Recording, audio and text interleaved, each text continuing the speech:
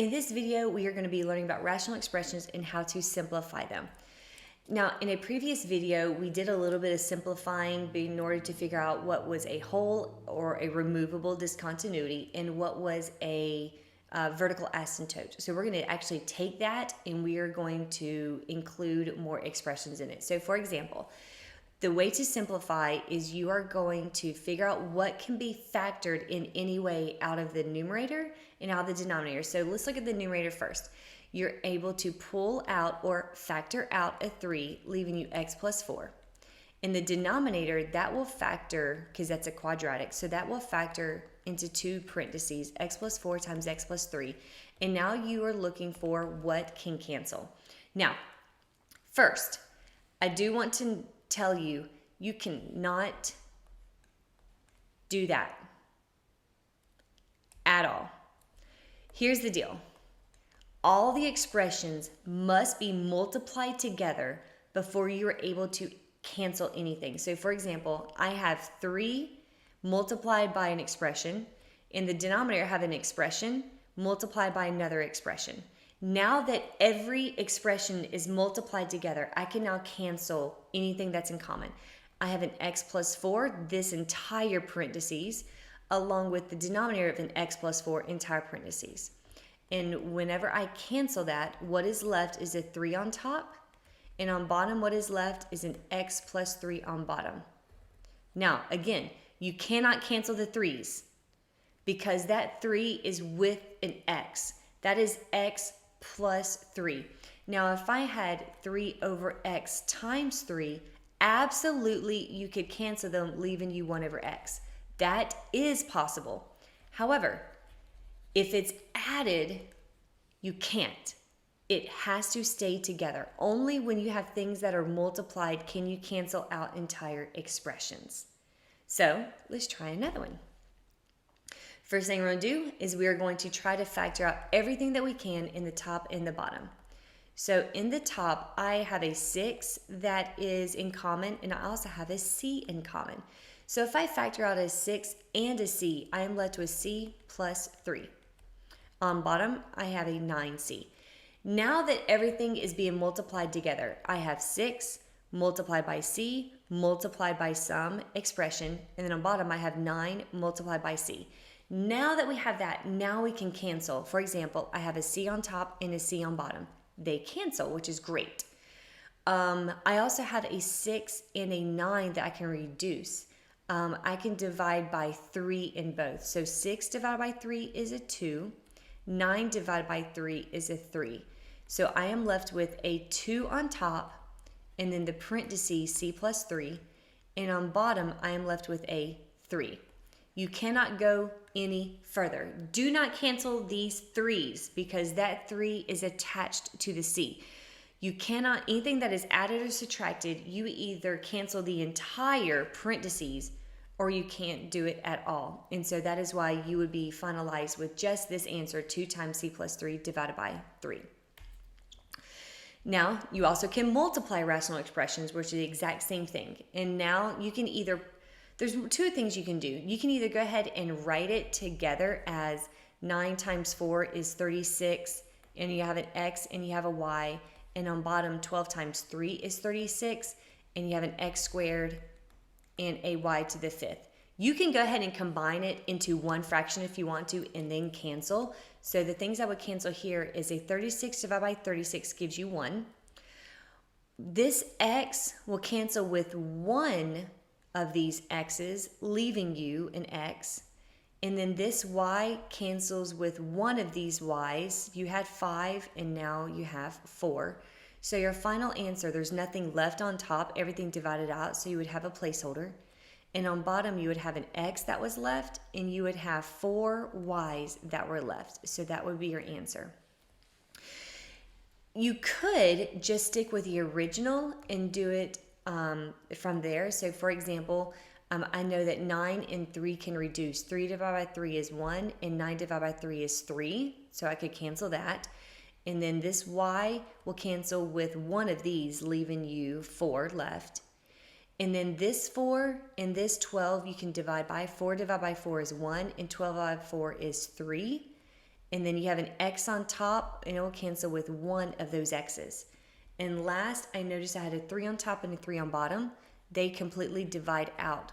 So you're left with a 1 on top, and on bottom you're left with an x, I see, 1x, and you're left with 4 y's. So again, you are left with the exact same thing. It just depends on whether you would like to write it as one fraction and then reduce, or if you want to keep it in the original and then reduce from there. It will work either way.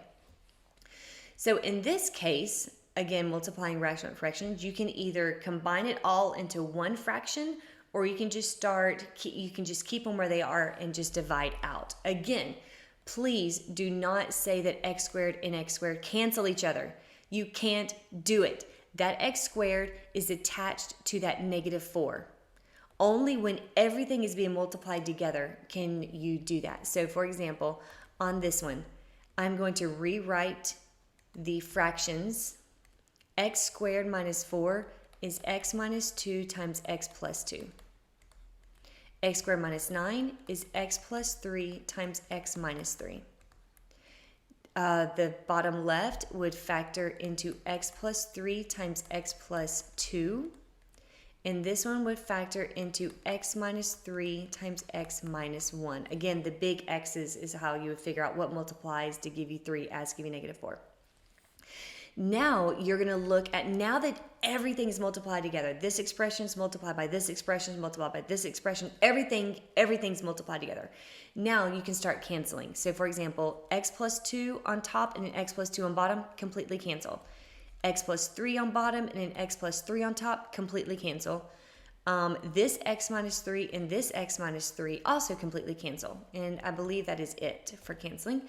And so what you have left on the top is an x minus 2, and what you have left on bottom is an x minus 1, and that would be your answer. Please don't cancel these x's. You can't. This x is being added or subtracted to a number. You either cancel the whole thing or you cannot cancel it at all. Now you also can divide by rational expressions, and if you do, you will actually have to implement KFC, where we will keep the first fraction, flip the second fraction, and change to multiplication. And now that we've done that, we can now rewrite it with factors. 3y minus 12 means I can pull a 3 out front, I can factor it out front, leaving you y minus 4. The bottom one, if I factor out a 2, I'm left with y plus 2, because 2 times 2 is 4. In the top, I can pull out a 4, and I'm left with y plus 2, because 4 times 2 is 8.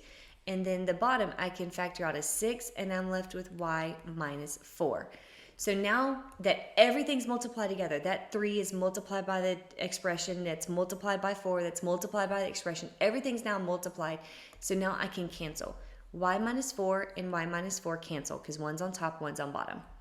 Y plus 2 divided by y plus 2 also cancel each other. Now, the other thing is we can either do one of two things. We can either go ahead and combine 3 times 4 on top and 2 times 6 on bottom, or you can do it individually. Like 2 and 4. 2 goes into 4 twice, so I'm left with the 2. 2 divided by 2 is 1. 4 divided by 2 is 2. And 3 and 6 reduce. 3 divided by 3 is 1. And 6 divided by 3 is 2. And now I realize I have a 2 on top and a 2 on bottom, which also cancels, and I am actually left with the number 1. Everything actually canceled in this problem. So, to try to practice this one again, this is a division, which means we have to implement KFC.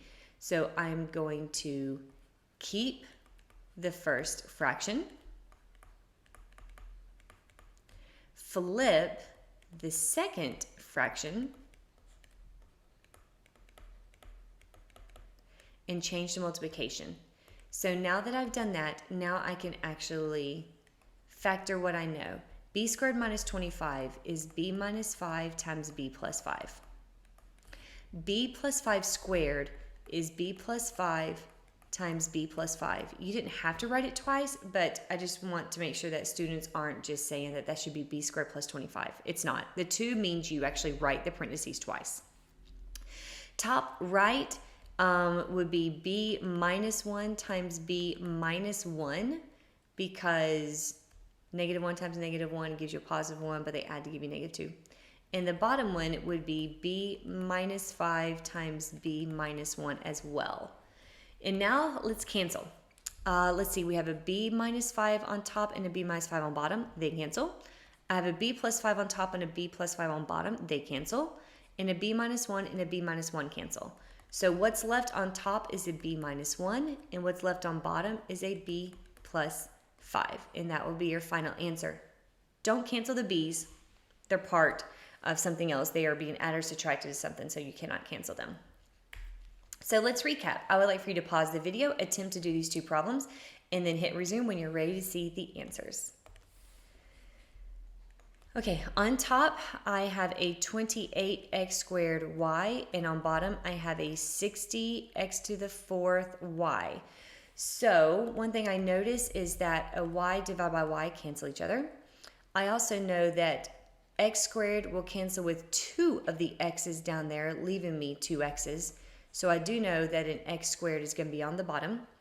28 divided by 60. 4, I think, is the only thing that can reduce. 28 divided by 4 is 7, and 60 divided by 4 is 15. So I'm left with a 7 on top and a 15x squared on bottom. This next one is a KFC because of the division. So I would rewrite it. I keep the first. I flip the second. And I change to multiplication. And now I can factor. So top left factors into y minus 2 times y minus 3. Bottom, you cannot do anything. Top right, you cannot do anything. And the bottom right factors into y plus 5, y minus 2. Now you're trying to figure out what all you can cancel. You can cancel y minus 2 and y minus 2. And let's see, this y squared will cancel with 2 of these y's, leaving you 1 y left over. So in the numerator, I am left with a 4, and I'm left with a y minus 3. In the denominator, I'm left with a y, and I'm left with a y plus 5. You may leave it like that, or you may actually distribute if you want to. Either way, it will give you the correct ones. Be careful, do not cancel those y's, because that y is added or subtracted to a term, and so is that y.